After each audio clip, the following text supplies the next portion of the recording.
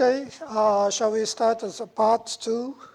And the part first speaker is Dr. Suresh Munuswamy, and his profile is in the pamphlet. And he came here as a Indian.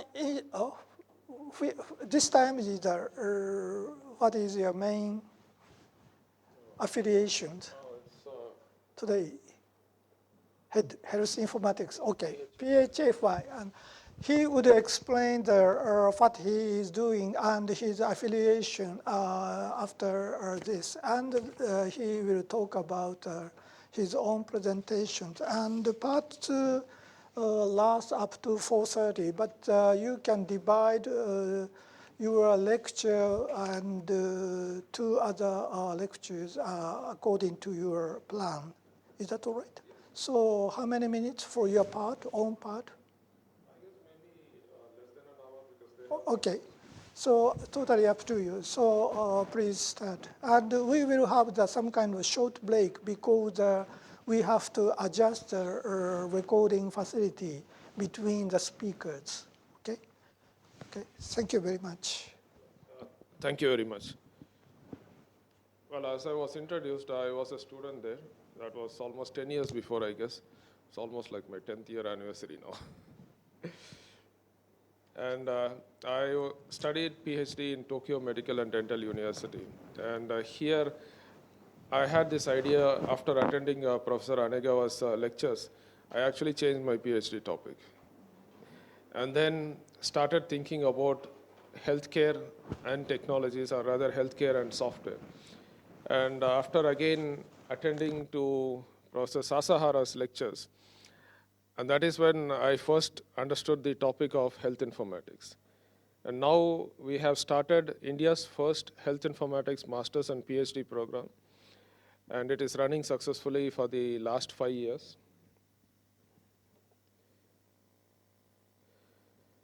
So I guess like attending Professor Anegawa's lectures and Dr. Sasahara's lectures is realistically life-changing.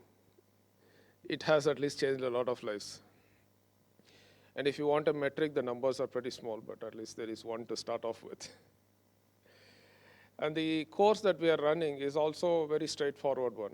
You identify a problem, you come out with a solution, you have a master's, make it work on the ground, you have a PhD.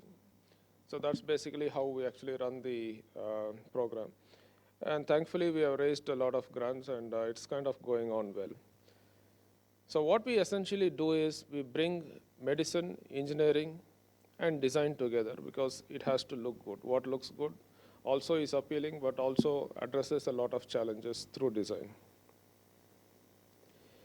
Our focus is on bringing healthcare directly to the person's home. And there are actually reasons for it.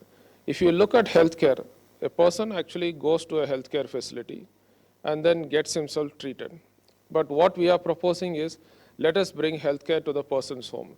And this is necessary for larger countries, especially so like India, because a lot of people find it really hard to go to their healthcare facilities.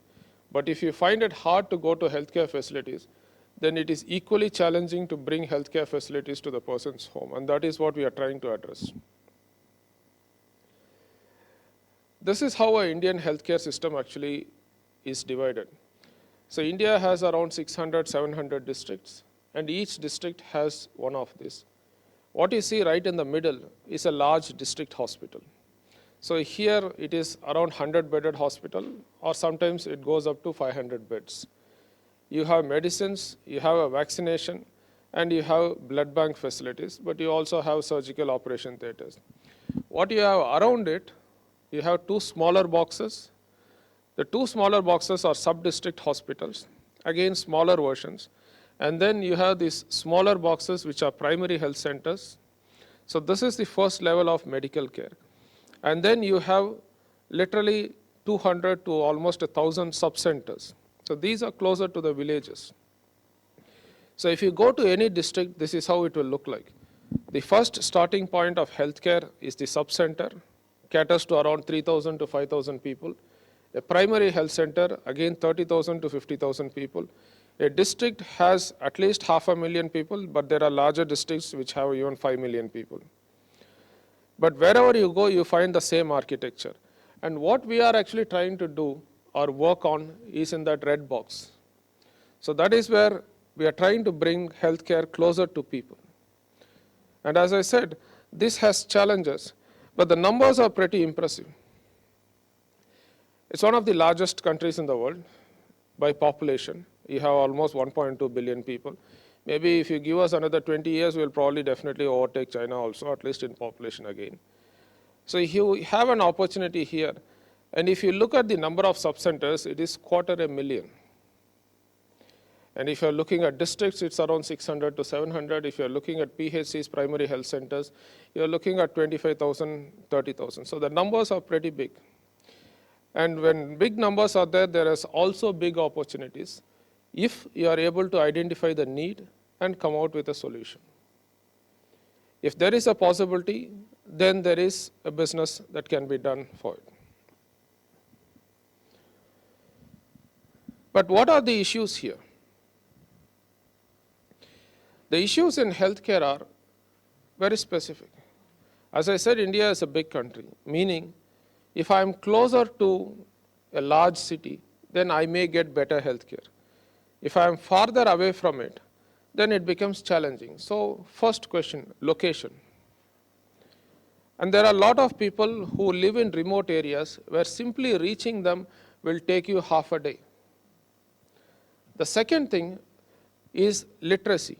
And this is a little bit unique to India. India is the only country in the world which has at least 30 official languages. The closest comparison is European Union, but European Union is a combination of several countries.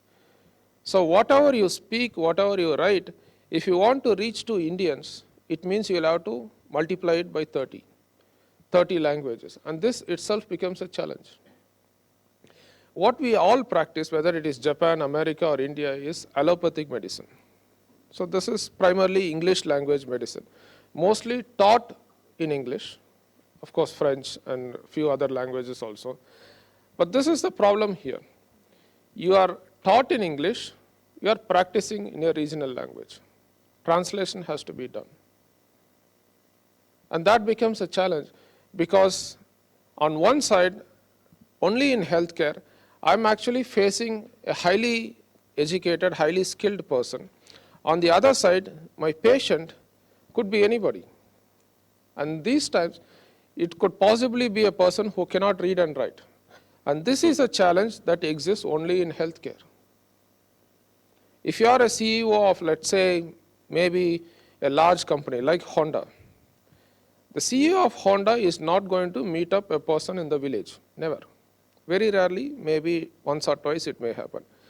But a CEO or a super specialist or a neurologist is definitely going to meet a person in a village. If he has a healthcare condition, he's going to come and you have to talk to him. And how does that happen? As a neurologist or as a cardiologist, you have several degrees. You have possibly MD, DM, you have several PhDs also. And you are more comfortable to talking to your peer group. But you have to talk to a patient here. And that itself is challenging because you need to bring in your understanding to a level of understanding of the person who you are talking to. And that's a challenge, number one. So literacy is a huge challenge in our country. And the third part is, again, logistics. Simply sending a person or simply sending information does not really solve your problem. I need medicines, I need blood tests, I need to send vaccines, I need to do a lot of devices, I need to send in a lot of things. And these things I have to send within a specific time frame.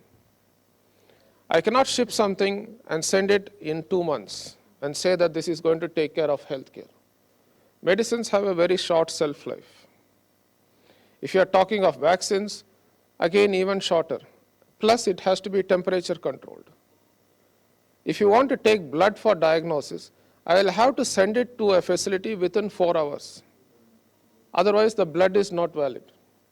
So these are some of the challenges here that if I had actually want to take healthcare to the person's home, I need to really address. And then there are other issues, skills of people on the ground. As I said, healthcare is delivered at different levels. But at each level, you are actually facing a person who's not from your own peer group, but you will have to communicate the information, get the information from him, understand, and start treating. If you make a mistake, it's a question of life and death. If you don't understand, you cannot treat, but the person dies. And this is the challenge here. On the positive side, there are resources, a lot of people. If you can train them, if you can make them useful, then you can possibly run a service. The government is also supportive, bit challenging, but government is also supportive. And thankfully, India is also a growing country where you have some money these days. So it is not as if people are living in abject poverty. So those were 1960s, 1950s, those times are fairly gone. So you have the resources, but you have these challenges that need to be addressed. And this is where we are actually trying to come out with solutions.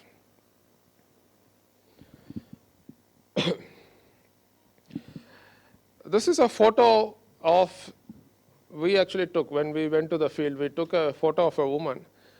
She is actually, that's not our house, but that is where she is living. And that's actually a toilet built by the government. In the last rains, her house was actually washed away, and this is where she lives. This photo shows you two things. One is rural life is challenging. Second is government benefits do reach people. We can keep on complaining about government, but the reality is government benefits do reach people. Even the mosquito net she is having is actually government provided. So government benefits do reach people. But there are a lot of other things that we are actually trying to address here.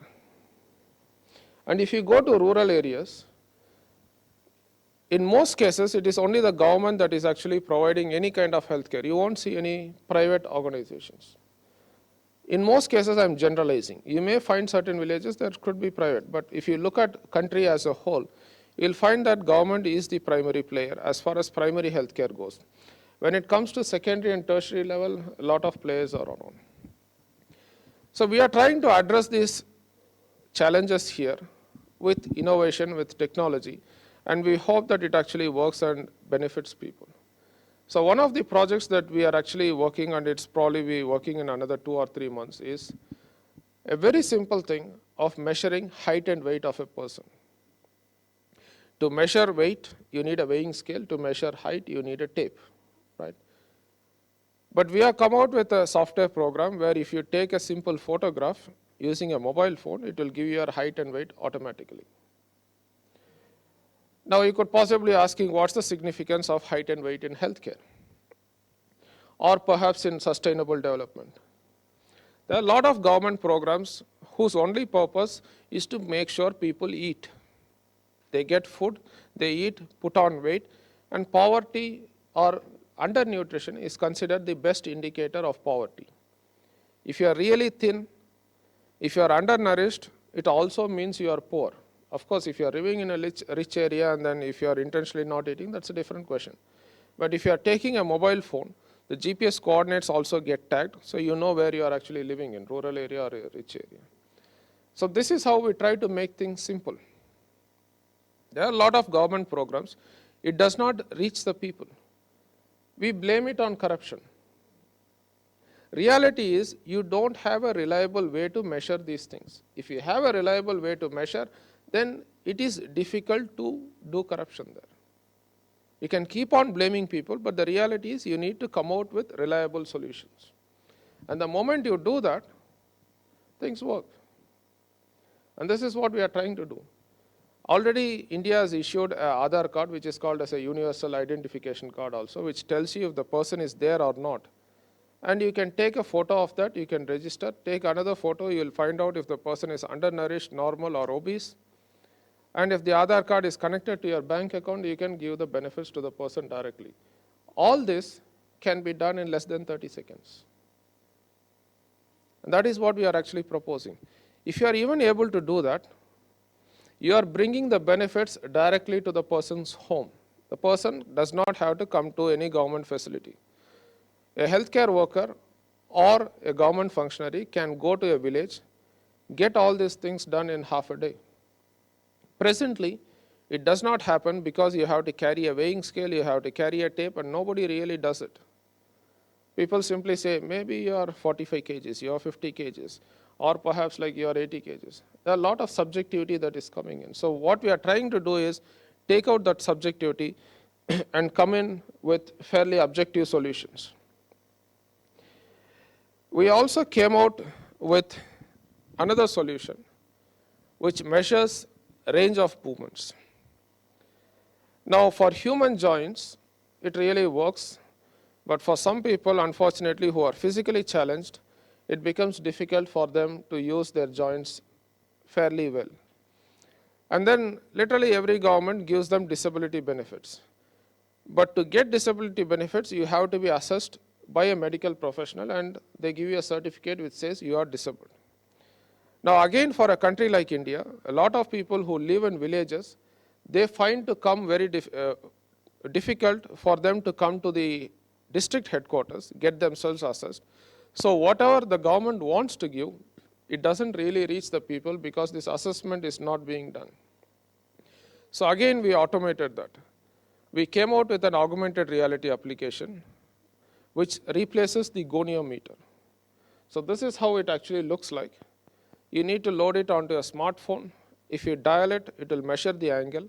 Each joint has a maximum angle. This is universally accepted. For instance, if you are looking at shoulder joint, this is 180 degree. And kind of if I stretch a little bit, this is 220 degrees. So this becomes the maximum on how much this joint can be used.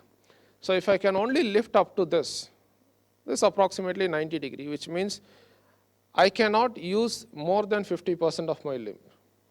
So the accepted form of disability is if you cannot use your joints for more than 40%, you are considered as disabled. And there is a specific angle at each joint. And what we have done was we have automated the calculation of it. So again, another question keeps coming up. We talk about basic disability, we talk about digitization, but there is already an issue on the ground, which is people find it difficult to read or write. Now, how are we going to make these people who already find it difficult to read or write use a smartphone? And this is what we have come out with. We have come out with software that does not have any text. Okay?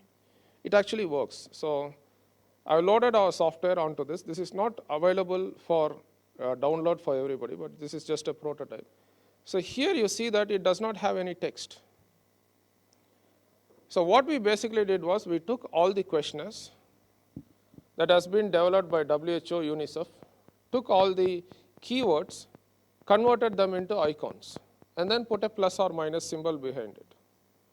So all you need to do is look at this. I'll just keep on doing. Hit plus or minus, and then it changes. So these are the questions.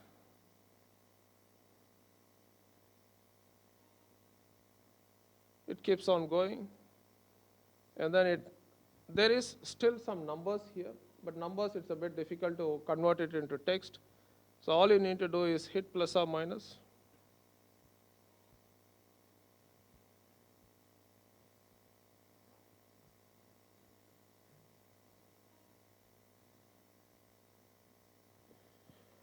It kind of gives you what's the differential diagnosis or even the diagnosis. So this is something that we have developed. We are even planning to patent this one. And the advantage with this is it works irrespective of language. Okay. So it works in India, it works in Japan, it works in America, it works anywhere in Africa, it could possibly work everywhere. And we are not saying that this is a software to be used in secondary level or tertiary level conditions. Now, this is not a software that is going to tell you, do you need surgery or not? We are not asking those kind of complicated questions. Do you have fever? Do you have cough? If you have cough for more than 3 weeks, maybe you may have TB. These are internationally agreed on. But even these simple questions, nobody really asks them in the sequence on the ground. There are three challenges on the ground. One is all these questionnaires, nobody takes them because it's physically difficult to carry. If you print out all the government questionnaires, it will really reach up to this much. And these are people who basically cannot even read and write. We employ them and ask them to carry this much. It really does not happen. So that's the first challenge. Put it all onto your smartphone, no issues. You can put as much as you want. You carry a lot of movies, you carry a lot of songs, it is easier to carry a lot of questionnaires. The second challenge is, when I ask a question, I have to remember what is the answer. So I have to ask 10 questions, 20 questions, remember 10 or 20 different types of answers, which if you combine everything, it's actually 50 different types of answers. And then I'll have to have the analytical skills to find out what disease I have. This is a skill that is easy maybe for us, but not really for the people on the ground. And this is what is addressed by the software. You don't have to remember anything. You just keep on hitting plus or minus. The software has a built-in logic which tells you what the disease is. Again, most of you or possibly all of you have smartphones. That is basically what you do. You just keep on giving some answers, and then the software gives you a suggestion. So these are things that are working, except that it does not work for the last billion people. Neither they have the smartphones, nor you have the software content that can actually be used by these guys. Simply putting a smartphone into these people's hands is not really going to address anything. You need to have content that is been specially made for use by these people, and that is what we are trying to do. So if you look at our software, I showed you a few screens. This is a software for assessing physical disability, and you won't even see one single text to it. So the entire physical disability can be assessed without any text. And there is another advantage to this. People don't seem to forget this as much as they forget the text. And even if they forget, add a video. It's still a smartphone. They can watch a video, they can quickly at least remember what they have forgotten. So this is also something that we are trying to work on. At least some of this works now.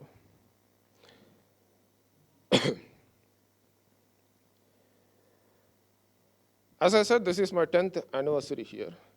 But sometime in the first project, the grand design project, what I actually did was I listed all the services that are delivered at ground level, and then I converted them into two groups.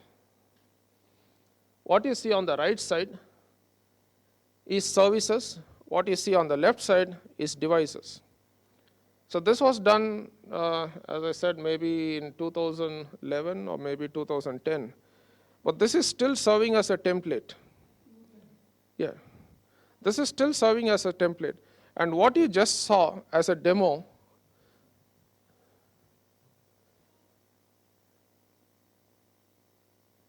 is one of those red dots. I guess it's the one on the top. Okay. And there are lots of red dots around, which basically means there's lots of work to be done. So possibly again another metric. Is it actually being useful? Yes, it is. And now we are working with Dell, who has been given the contract to deliver the back-end services of the Ayushman Bharat scheme that was just mentioned. And they find this work very interesting because here you actually have a plan to take healthcare to people. Now, when people talk about digitization, what really actually happens is only the data is collected. The service remains analog. Nobody really changes the service here. And you really cannot analyze secondary data and make meaningful responses. If you only analyze the summary data, you're not really finding anything. Unless the data is actually coming from a primary method, you cannot really make much analysis. And what we are trying to do is changing the analog service or regular service into a complete digital platform.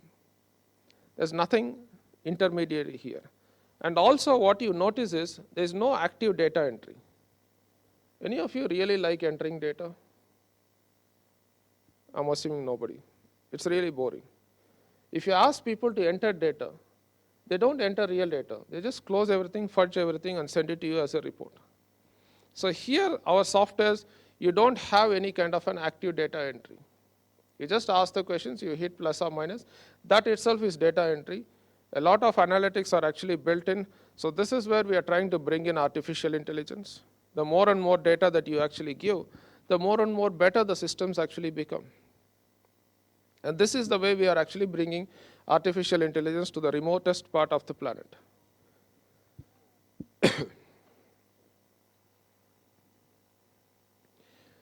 So not only we are looking at rural healthcare, but we are trying to expand a little bit more into healthcare as such. What is health is a philosophical question, and in fact, it only has a philosophical answer. Anybody want to explain what is health? What is health? We keep talking about health.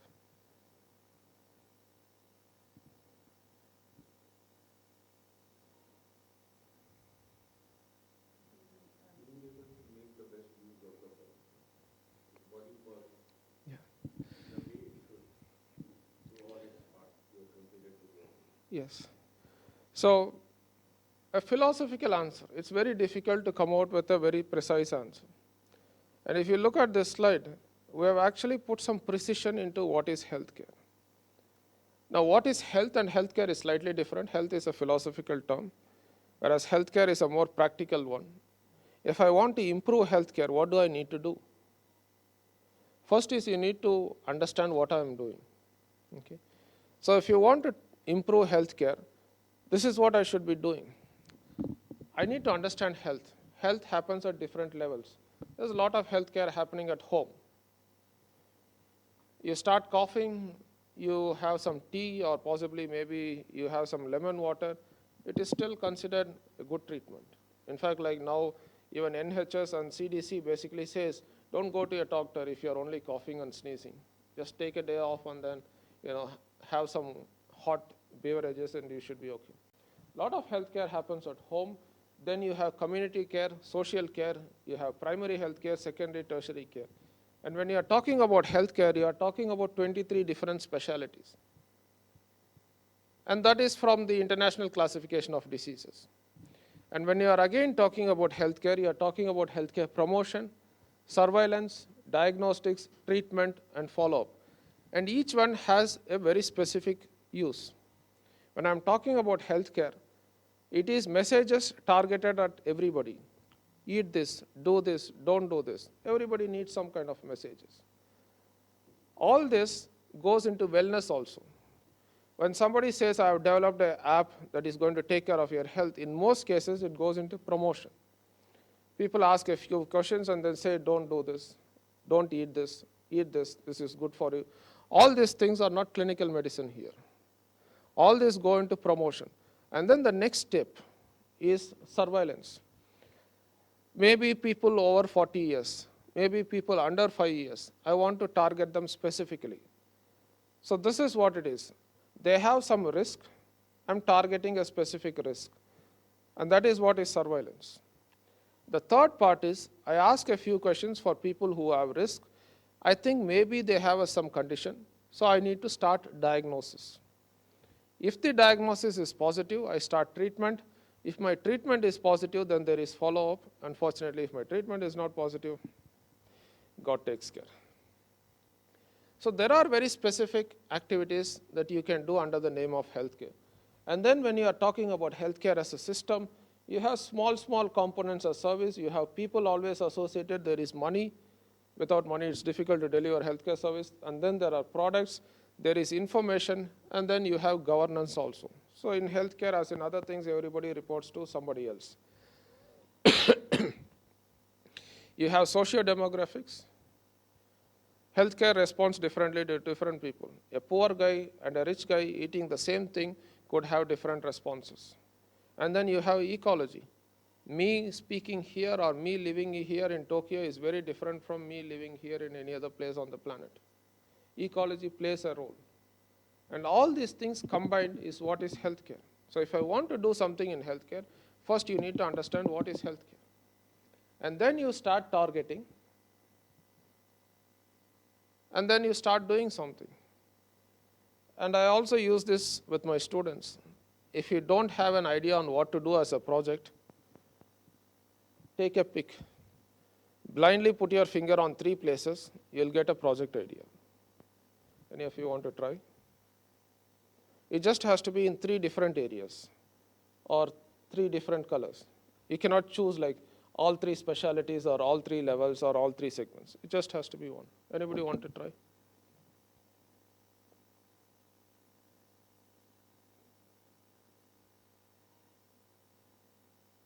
Any volunteers? Just try. Take a pick.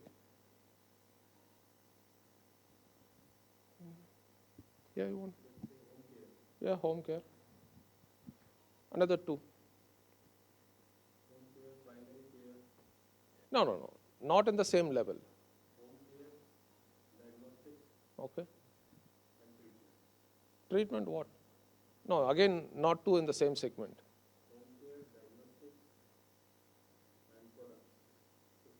Yeah. All the products that can be used in home care. Make a list, see what works, see if there is a digital component, take it to home and see it works. You got a topic. Unfortunately, you are not doing study.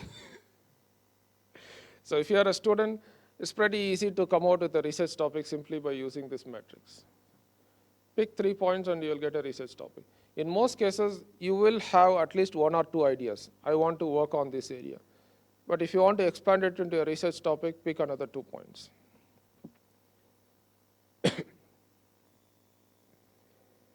So this is how our backend works.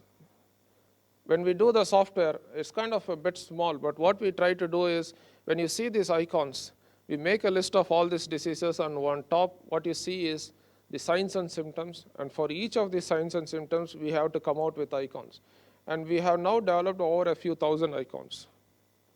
So we are now trying to expand and then cover the entire primary healthcare system. So what we are trying to do is pick out at least the top 5 or 10 conditions for each of the specialty, identify the signs and symptoms, and come out with icons so that we can literally screen all the conditions at village level or at a person's home.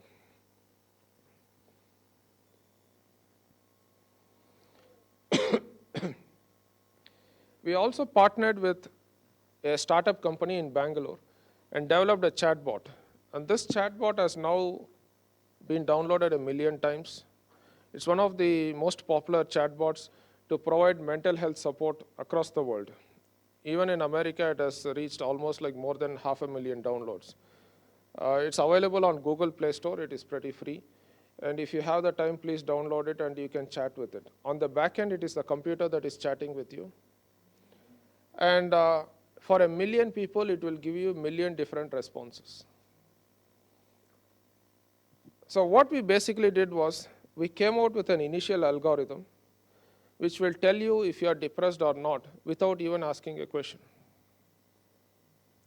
So by simply looking at the number of calls, the distance you travel, the variety of people you speak to, and the time at which you make a call, it can tell you if you are depressed or not. So this is the underlying algorithm.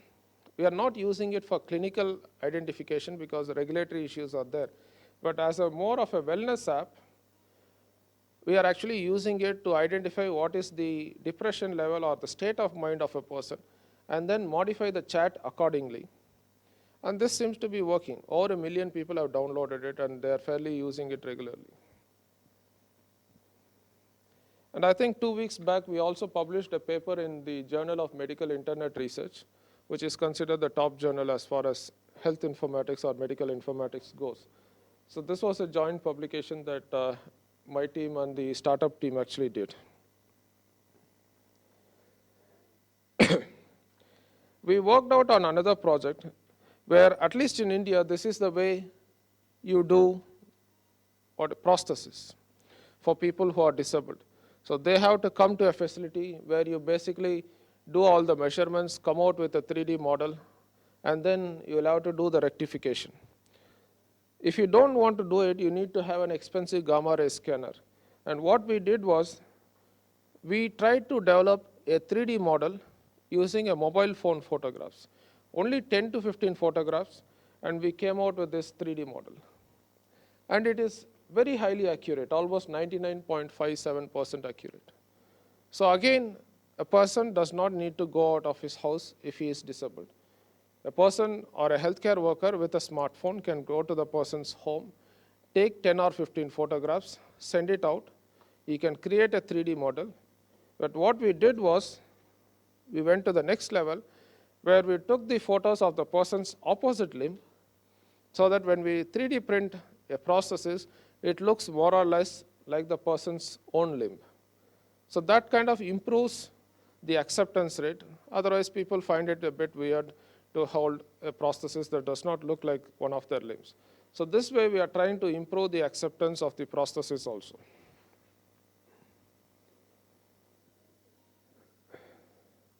We developed another application for dermatology, where we mixed and matched several methods. Usually what really happens is computer vision is employed and brute force computing is actually employed, meaning you take an image, compare it with 100,000 images or maybe 1,000,000 images, and then come out with a diagnosis. So what we did was we cut down the steps. First, ask a few questions. That's the way a doctor does. You walk into a practice, he asks a few questions. So we used our icon-based software to ask a few questions, and that gives you a differential diagnosis. So instead of 50 odd conditions, now it is only half a dozen conditions. And that itself reduces the computing load when you are talking about computer vision. The next step is, we ask the person on the ground to take an image and identify what is a normal and an abnormal area. We are not asking him to identify what kind of condition, but only mark the abnormal area. For a computer, this is challenging. If I have a wound here, identifying the wound from the rest of the skin is a huge challenge for a computer. For a human being, it's pretty easy. So we ask the human being to identify the abnormality in the skin. And the moment you do that, it becomes a lot easier for the computer because it has to compare only the abnormality to half a dozen conditions that is already there in the database. And the advantage is, this kind of processing power can be built into a smartphone. The previous version of computer vision based analytics needs a cloud computing link. You need to have a supercomputer on the other side. Here you don't need. So here you are trying to take healthcare all the way to the person's doorstep. And these are some of the ways where we are trying to bring healthcare to a person's doorstep. But this is what ensures sustainability. When we talk about telemedicine, we put 2 devices and then still expect a highly qualified person to actually reach out and then give some advices. In a way, it works. It really works in specialty hospitals. But when you're talking about healthcare on the ground, it becomes hugely challenging. Language is an issue, distance is an issue, and then net connectivity is not really great when it goes to big distances. So this is where we are trying to bring intelligence all the way to the person's doorstep. And in fact, now there is even a term for it. It's called as edge computing. Computing going all the way to the edge. So these are some of the work that we are actually doing on the front end side. But when you are actually doing it, you find that there's a lot of data that is coming in, and that becomes a bit of a challenge. What do you do with all this data, and how do you even visualize this? So on the back end side, we are again coming out with visual ways of representing data so that you can actually understand what this data is. And here, I'll show you an example where we literally digitally recreated 120 villages with almost like 120,000 people. We took GPS tagged photographs of all the 30,000 households in these villages.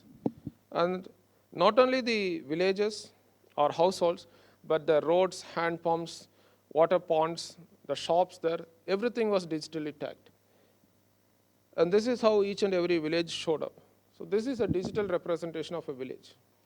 The green areas are all fields, and then you have boxes, gray boxes that are houses, and then you have lines which are roads. The blue ones are the water bodies.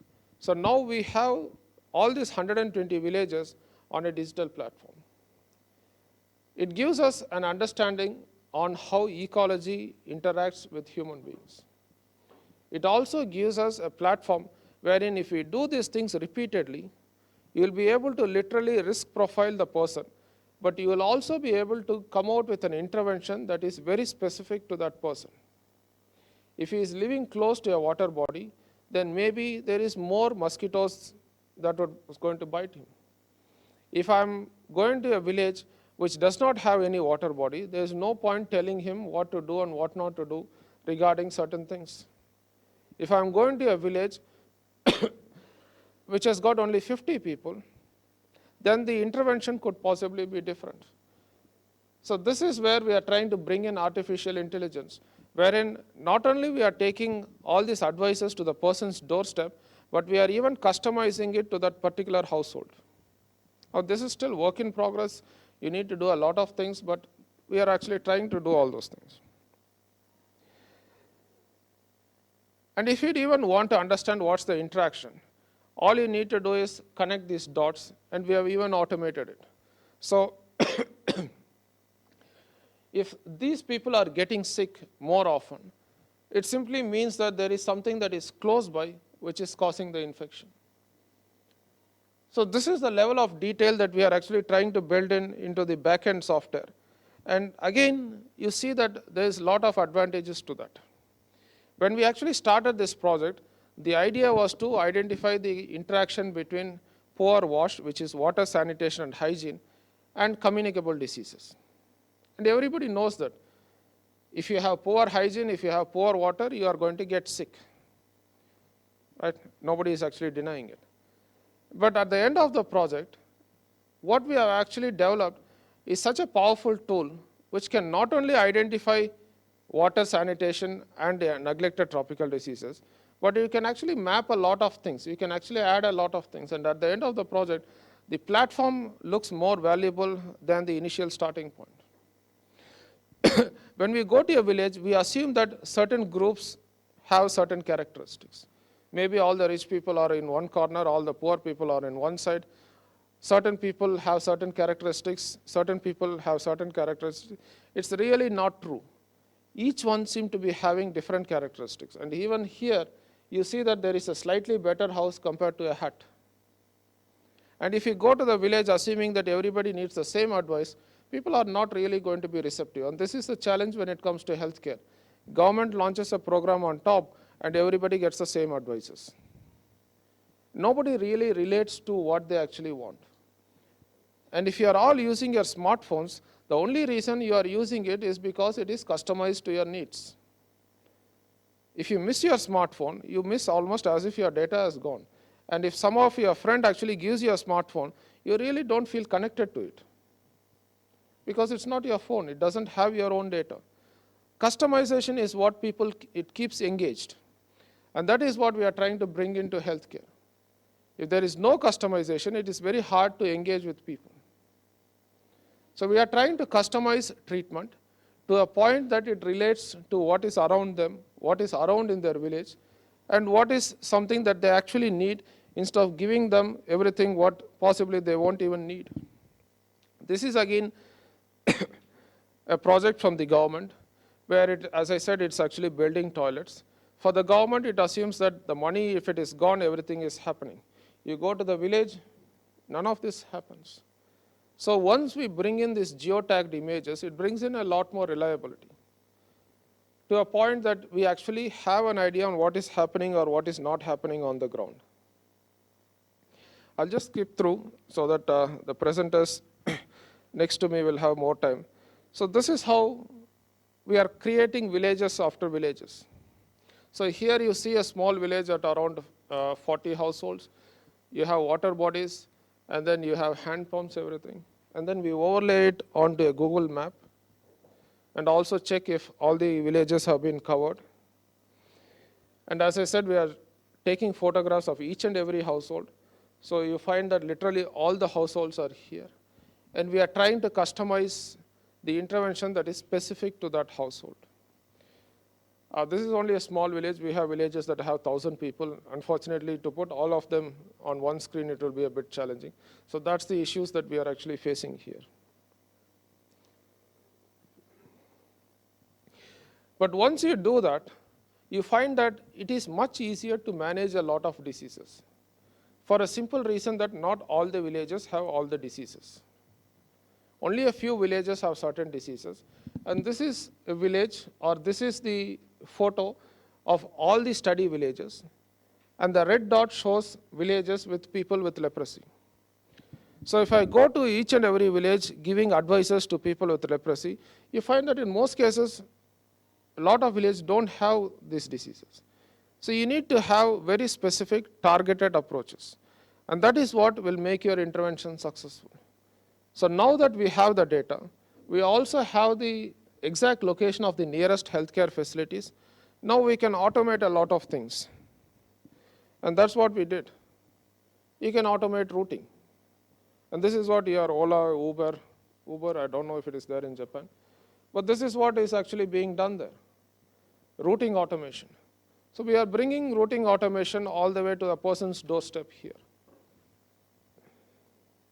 The second thing that you can do is optimization. Which is the nearest healthcare facility? Which is the best healthcare facility from where I can start to deliver these services? So a lot of these things could be automated, provided you get data from the primary source.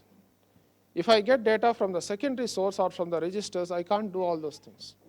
And because I'm taking some device like this all the way to the person's doorstep, asking them questions, I'm geotagging all the answers, I'll be able to do all these things automatically. I can ask a person to go to the village, conduct all the questions. Next day, I can automatically deliver the routing information to them and say, you don't have to go to all the villages, you just go to these villages, do something to these people, and then come back. I can also set up timings wherein you don't have to do this every day. After 2 months, go back and start reviewing. So a lot of automation could actually be brought in. And none of this really exists now, at least at primary care level. So once you have all these images, you can also see which are the areas which does not have healthcare facilities. So you find that there are a lot of gaps. So you can bring in again optimization to make sure that you have 100% healthcare coverage. And as I said, more examples on routing. Excuse me.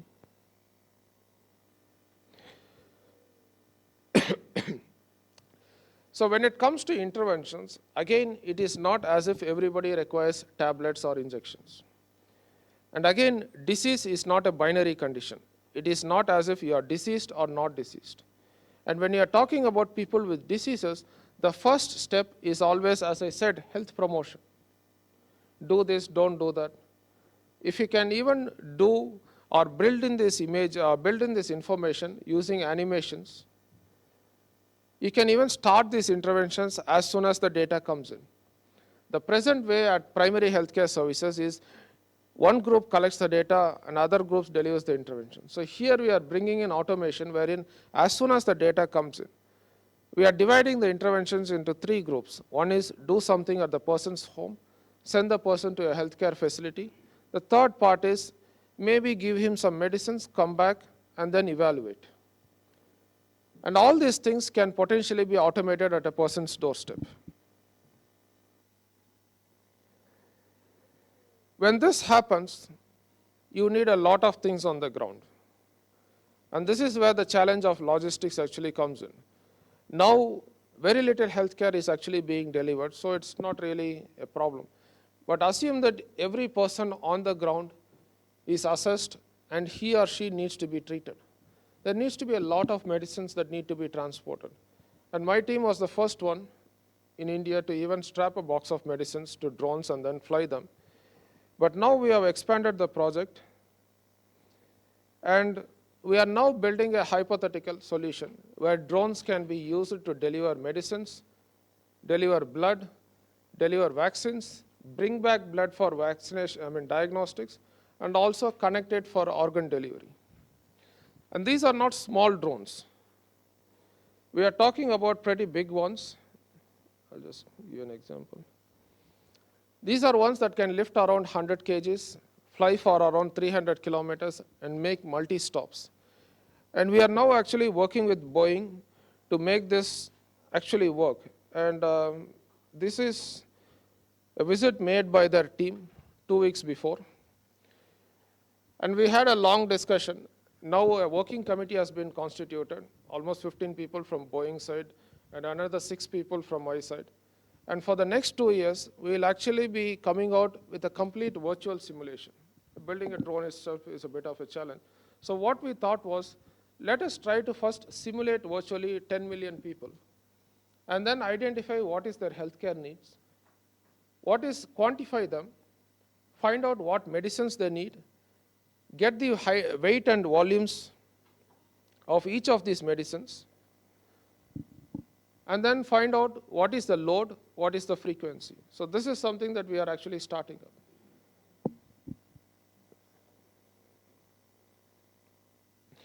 And what we found out was, this could actually be cheaper. Right now, we think drones are going to be expensive. It is fairly exotic. But what we actually done with the calculation was, if you look at my previous diagram, you remember that there are 700 districts in the country, and each one works separately. But if you are able to use a drone, you don't need to kind of put your money into each of the districts. You can consolidate them. So here, we have arrived at a mathematical equation, which basically says that you don't need all those facilities. You can consolidate them, and each state can be addressed with only 3 to half a dozen hubs. So what we actually did here was, we took maybe 4 states as examples, and here you see all these districts. We showed that only 4 hubs is sufficient to basically serve the entire needs of the state. And we also did a mathematical calculation, as I said, and found out that presently the needs are not served. So this is the present condition. And if I want to serve the needs, I'll have to upgrade the services at least 3 to 5 times. But instead of doing that, if I'm able to use drones, this works out to be a lot cheaper. And also the second thing is, the present way you cannot provide universal care services because it is very far and very difficult. Whereas using drones, you can actually provide universal care services. Wherever you want, I'll be able to drop. That is not possible now. I cannot do it with trucks. So I'm addressing 2 challenges here. One is I can provide universal care service. Second is it's going to be cheaper. And that's basically the reason why even companies like Boeing actually want to go forward, because there seems to be a business model here. And these are the things that actually bring sustainability into a solution. First is, it has to work. If you are coming out with ideas that are not going to work on the ground, it's not going to be sustainable. You need to make things that are so simple that it actually works on the ground. And for this, you need to have an understanding on what works on the ground, what kind of people are there on the ground, what is their situation on the ground. If you are able to come out with solutions that actually work, you find that in most cases it is also economical, because it cuts down on a lot of time.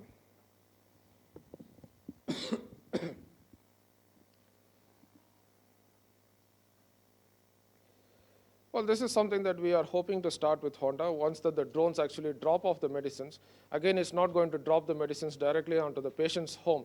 It will probably take it to the healthcare facility, and maybe if there is a way that you can bring all these medicines to the person's doorstep, it would actually be a bit helpful.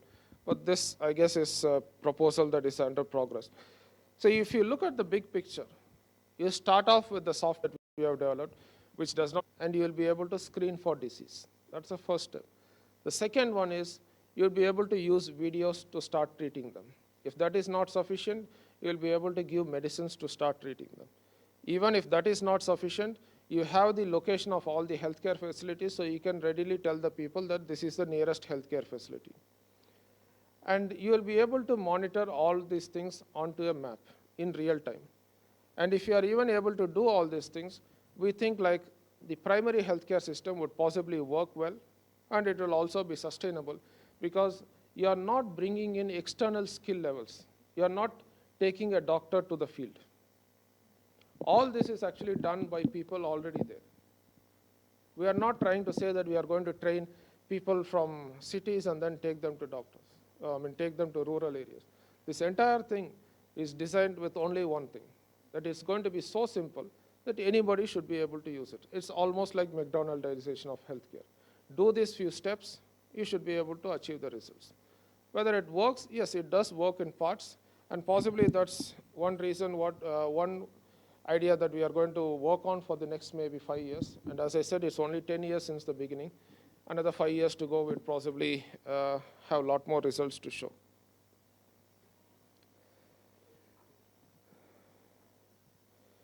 Well, I'll kind of pause here, or maybe even stop and give space on time for the other two presenters from Honda Motors, who actually have more working examples. These are concepts. These are things that could possibly work in the future. But the presentation that they have are things that actually work now. So thank you, and should I wait for questions, or we'll take questions in the end? Short questions. Yes, please. And then transfer to him. Any comments on short questions?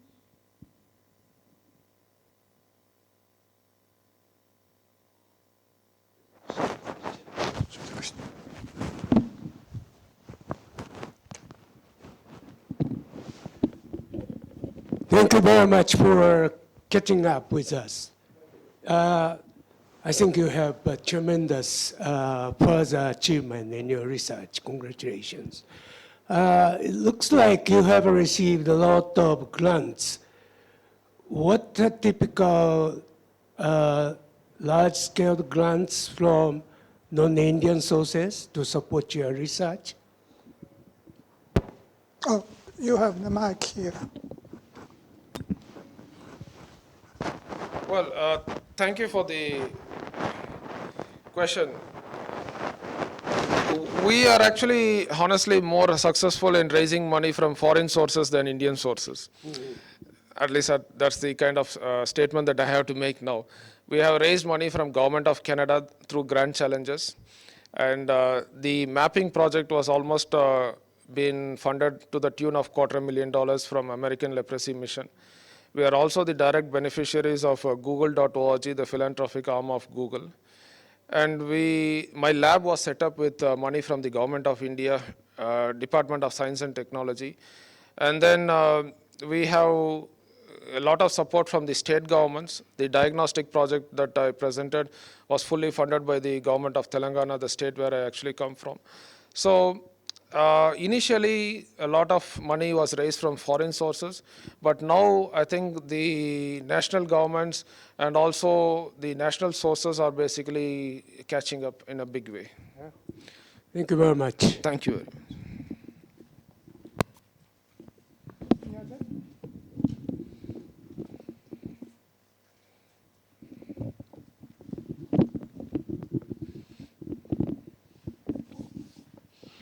Thank you for your presentation.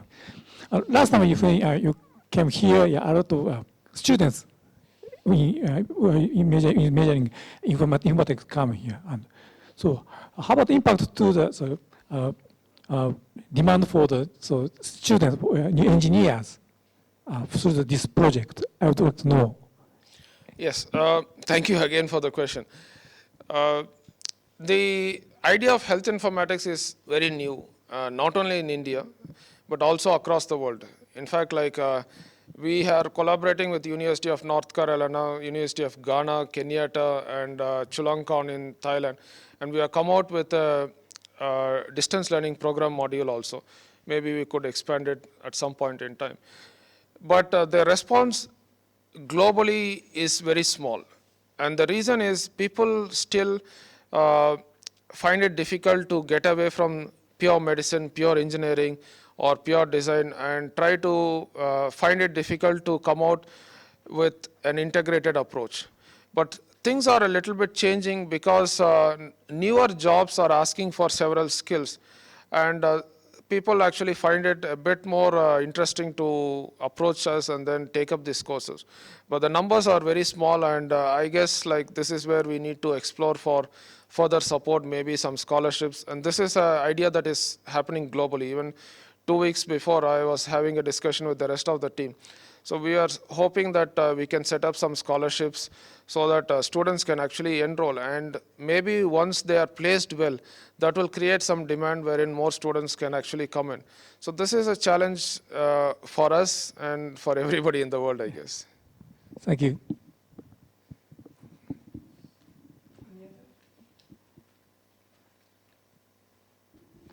Yes.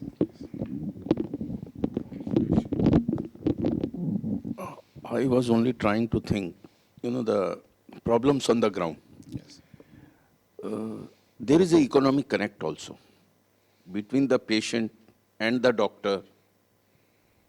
The price of the medicine, how it will be, transmitted, means how it will be, though we now have Paytms and all those connects, but the layer which we are targeting at this point of time is still not exposed to these technologies.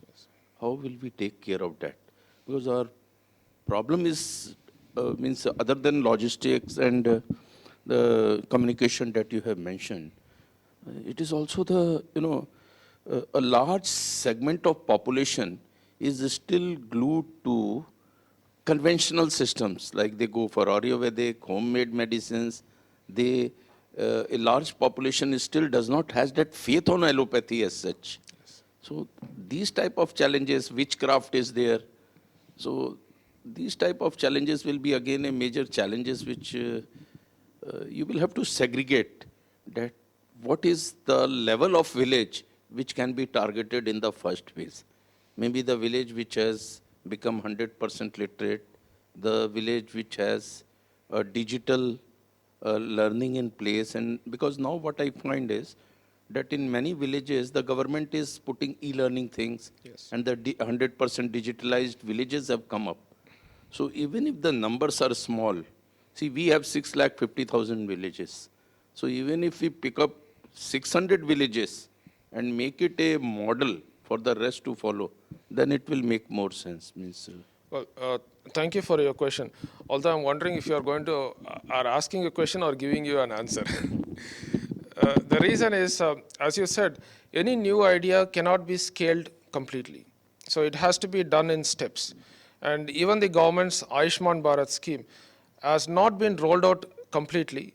They have selected certain areas. There are two different ones, which is the health and wellness clinics and then the insurance-based scheme. So they actually do a pilot and then understand what is the needs and what is the issues on the ground. And then there is a constant iterative changes that keep on happening before it actually reaches the general public. And as you said, it's all true. I mean, when we take this to the ground, the first response that you get is we don't want. There's little opposition to it. And to give you an example, when we spoke to the district collector saying that this government scheme of Swachh Bharat is not working on the ground, they literally brushed this aside, saying that no, it's only happening in 1 or 2 villages. But here we have actual evidence, 120 villages, all the households photographs, to a point that you cannot brush it aside. Now the collector is not making an announcement saying that Swachh Bharat is successful. Now he is not saying that it is not successful, but at least he is not openly saying it. So the takeaway from this is we have to show some success stories and then build some momentum, build some stakeholder support, and then slowly roll it across. And this is where I guess we need to consider CSR and the catchment areas around the companies, because one, there is a better service that is going around, and there is also a more governable service and a more responsible service that is actually going around. And if you are able to partner and then show that these services actually work on the ground, and perhaps even take it jointly to the government, I think we would possibly be a bit more successful in taking things forward rather than you doing it alone or we doing it alone. And also, it kind of creates an atmosphere that all of us are actually targeted at the welfare of the people. So this has to be done in stages. And even when we talk about digitization, what we basically say is a philosophy of one step forward at a time. So when we say we are going to bring healthcare to the person's home, it is not as if we are going to bring surgeries to the patient home. That's not the case. Whatever that is delivered at sub-centers or primary health centers, let us take it to a person's home. Whatever that is happening at district hospitals, let us take it up to primary healthcare level. Whatever is happening at state headquarters at tertiary level, if we can make it available at district headquarters level, that would be great. If all the specialties are available at district hospitals, then that would be really good. And that is the whole purpose of Ayushman Bharat scheme also. The government says, you build up the facilities, I will pay. You decide what are specialties. And the private industry has to take up to the challenge and say, okay, I'm going to take this step forward. So one step forward and then slow and steady progress is what is going to take things forward. There is a lot of resistance, but as things work, people tend to kind of convert also. It happens slowly though. The government scheme has got one lacuna. Yes. We had been working with Pathak ji ki organization, Sulabh International, which is working on building toilets. So there is a government scheme that the cost of a toilet is say 35,000, and there is a subsidy of something like 25,000 rupees which comes from the government if the toilet is constructed. Now what is happening is that this subsidy comes once the toilet is built and the collector gives a okay that the toilet has been built, then the subsidy comes. Yes. Now the constraint point is that who will invest this 25,000 rupees first? Yes. So like we had tied up with because the factory where we operate in Vitlapur, Gujarat, we adopted the whole village and we said we will make it defection free and we will build all the toilets. So the question was same again. Then we came to this conclusion, okay, we will invest and then we will try to find out a solution.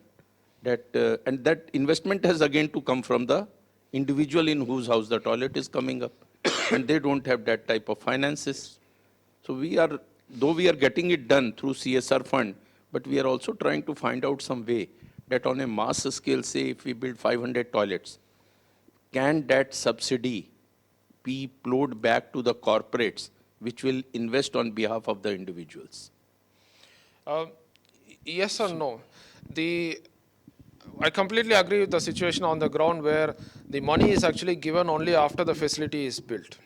And the reason basically is, again, the government does not have the manpower to kind of do this reimbursement on a regular basis or in real time. Let's say if there are 1 million toilets getting built, and then every day there are bills being submitted, the government does not have a manpower. What it does is awards contracts, saying that you build it and give me the evidence which basically says that it has been built, and I'll give you the money. But if you can possibly automate it to a point that you can actually give reliable evidence which says that the toilet has been built, and if the disbursement is automated, then possibly it could come out with a solution. But the challenge here is we need to even take one step backwards. A scheme like Swachh Bharat does not have an execution plan. There is a very highly complicated engineering diagram which nobody on the ground actually understands. And people don't follow this engineering diagram, and I can show you hundreds and thousands of photographs where not even one is actually built according to the specifications. So where's the reliability in the system here? The government says like nothing is happening on the ground. When I get information, they are actually asking the photos to be taken. But people simply scribble onto half-built toilets and then submit the photographs and claim the information. Where is the reliable way that basically says I have actually built a working toilet? And when it goes back, you really find that not only is that subsidy money sufficient, there is no scheme which basically says this is how a toilet should be built, and nobody has even done a study which basically says this is how an Indian house needs a toilet. So there are actually more and more gaps in the system. And we are actually working with another non-government organization called as Living Water International, which has come out with a toilet model based on fiberglass, I guess, a one-piece set, which they say fits into that 12,000 or 15,000 the government is actually trying to actually give. So we really haven't gone and evaluated the system. But the problem here is, one, in the design phase itself. We don't have proper workable designs. Highly technical diagrams don't do anything on the ground. And these designs are not understandable by people. The second part is like, how do we even come out with a reliable way to assess? So this is again the question of metrics here. How do we even reliably assess that whatever we say that we need to do on the ground is actually done? If we can address these things, the payment is basically the second part. So if you can connect your Aadhaar card to a reliable way to estimate that the function is actually be done, the payment could potentially be automated. So these are again challenges that we are actually trying to address.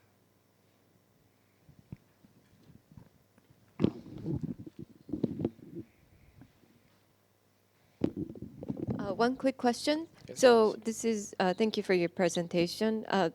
and I was very interested in a lot of your application that you have invented. What is your strategy on marketing, meaning traveling to rural areas? You have to teach people how to use it. I know it's a simple application, but still, I think the IT challenges is there. So how are you going to have such a marketing team, and then how are you going to cover all the rural areas with different languages? And do you have a team to actually do all the marketing or specific strategies to that? Again, I'm wondering if people are asking a question or suggesting an answer here. Oh, that's a question. Okay. So do you have a team of like how many people there? So And then, if you look at this diagram, it basically says from the time you had an idea to all the way it actually is democratized and everybody gets this. Okay. So you have an insight, you go to the ground, you get something is wrong, and then you want to come out with a solution. So possibly you have a dream, you start scribbling. So that is where your design is. You start developing it. Somewhere in the middle, you have the technical feasibility. So is my design even going to go forward? So we have reached this step. But in this step, you have to do a lot of things. You have to do practical feasibility. Then you have to do field trials, clinical trials. It has to be documented. And then I have to do the costing. I have to do the cost comparison. And then the cost efficiency benefits. So all these things go into the academic side of it. Only when I do all these things is the next step that can I even take it to the ground, which means that I have to do an ecosystem feasibility analysis also, which is where most of your questions are. Are the people on the ground willing to take it up as a working system? What are the challenges? And when I address these things, I find that, again, as a lab, all these things are something that I can do. But I need to start working with other people also. So now we are trying to work with incubators. And the first thing that we have to do is even come out with a special purpose vehicle that can hopefully help us to even commercialize this, the starting point. And again, we need to raise a lot of money. And new investors these days do not want to invest in institutions, but they want to invest in startup companies. And institutions are a little bit okay with starting up companies. Some institutions like us are finding it a bit of a challenge. But now I think they are okay with starting up companies. But once we do that, again, the incubator has some marketing team around it. But here you find that the primary stakeholder here is the government, which is again a huge challenge. So we need to take it to the government people. And if they are on board, then we can possibly conduct training programs wherein you actually train a few people, they again go to the field. So this is the training of trainers part. And then they take it to the field. But meanwhile, you have to keep on monitoring the results and then again keep on analyzing. And again, you'll have to iteratively keep on changing the software also. So there is actually a long way to go before we possibly say that this has actually reached the ground and possibly has reached maybe 1 billion people. But what you see in the name of digitization is the time frame is shrinking. When you are looking at TVs, when Sony had the Trinitron television, it took them almost 30 years to reach 100 million people. But if you look at software now, it took Facebook only a few years to reach 100 million people. The latest softwares take around 2 months to reach 100 million people if they are wildly successful. A lot of YouTube videos reach 10 million, possibly even 50 million within a couple of weeks. So the time frame is actually shrinking. And if you are even able to do something that is engaging enough, and that's the actual metric here, do people want your services? If you can come out with services that people want, the platform at least seems to exist. And again, there are multiple ways that you can actually take the same idea to people. So yes, hopefully things could be done. And one person definitely cannot do it. So you need to have a larger team behind, and we are trying to build a team. And again, it's the same story. It's not only that people discount your idea first, but even academics discount the idea, investors discount the idea. But once some small things seem to work, then they slowly start to get on board, actually. And as I said, this is my 10th anniversary, but I'm hoping that I'll also celebrate my 20th anniversary. Thank you very much. And is that all right at this moment? Yes. So, next speakers will prepare for the presentation, and 5 minutes off.